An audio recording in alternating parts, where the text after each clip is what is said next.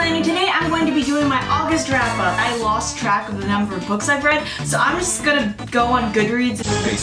So this might be all of them, this might not be. I had a pretty solid reading month. I read a lot of books that were okay. The first book I read was Hourglass by Myra McIntyre. This follows a character who can see glimpses of the past. Like they're just random ghost-like people, but not exactly ghosts, that'll pop up and she can see them. So her brother pretty much thinks she's crazy. So he gets a guy from this organization called Hourglass to help her with her craziness. But then it turns out that Michael, her, and the entire Hourglass organization is strange, and they have these strange capabilities, including time travel. What Hourglass wants to do is they want to try to go back to the past to fix something that never should have happened. I rated this book about 3.6, 3.7 stars. There's nothing wrong with it, but there's really nothing special about it. It left no impression on me. The characters were okay, and the type of time traveling that they used was fairly confusing to me. The next book I read was The Shadow Queen, the first book in the Ravenspire series by C.J. Redwine. This is a Snow White retelling. The main character, Lorelai, is the rightful queen of the kingdom, but then her aunt gets hold of the throne and casts Lorelai and her brother out into exile. And then we follow this other character named Cole, who is this prince of his own kingdom. And it's really cool because his kingdom are like dragons. They can turn into dragons and they have special abilities,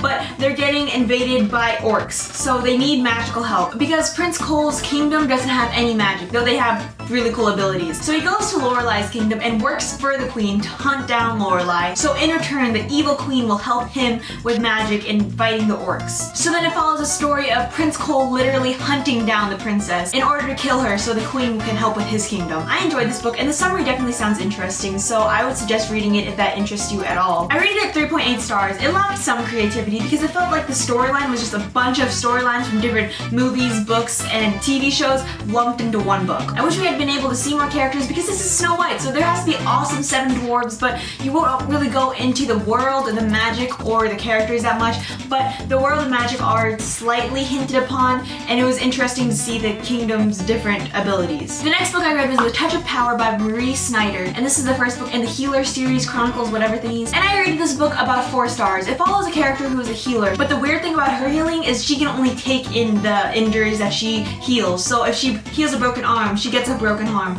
even though she does heal faster. Healers like her are constantly hunted down, so she doesn't know how many are left, and she's constantly on the run. So then this random guy just captures her and wants her to heal his prince friend in order to take back the kingdom because it's under the bad reign of a really bad king right now. I enjoyed the series. I rated it a solid 4 stars. I really like the magic in this world because what was unique about it was a lot of the magical capabilities were actually defensive instead of offensive based. So they would be able to sense the forest around them, or they'd be able to put up shields, or they'd be able to heal, but they wouldn't actually like shoot fireballs out of their hands. So in my opinion, that actually made it more interesting because you don't see a lot of books where the magic is actually defensive based. I really like the main character because she was very selfless and she really stuck to her own values, so good for her! And then I read In Cold Blood by Truman Capote, whatever, that was her school. I don't really want to talk about it because I don't want to talk about it, but if I want to go into my school level analysis, then no, I just don't like it. It was just following the serial killingness of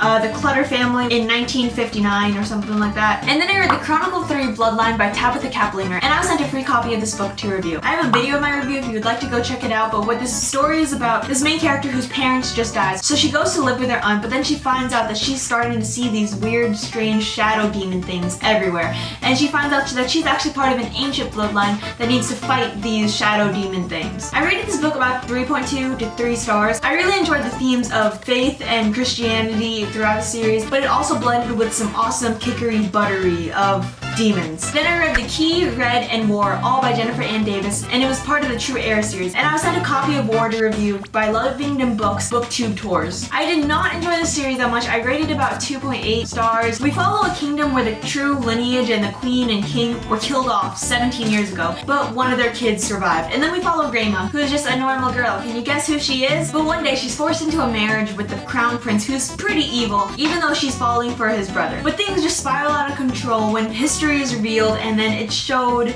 things are happening. I have a spoiler review of War, the final book in this series, but overall, I did not enjoy the series that much. I found the main character to be fairly weak, and I feel like she was always in these positions where she needed someone else to save her, and that was just pretty much the plot of every single book. It all seemed pretty underdeveloped, and I was just getting annoyed with a lot of the choices and a lot of what was happening in the books. I think that's all the books I read, so thank you so much for watching.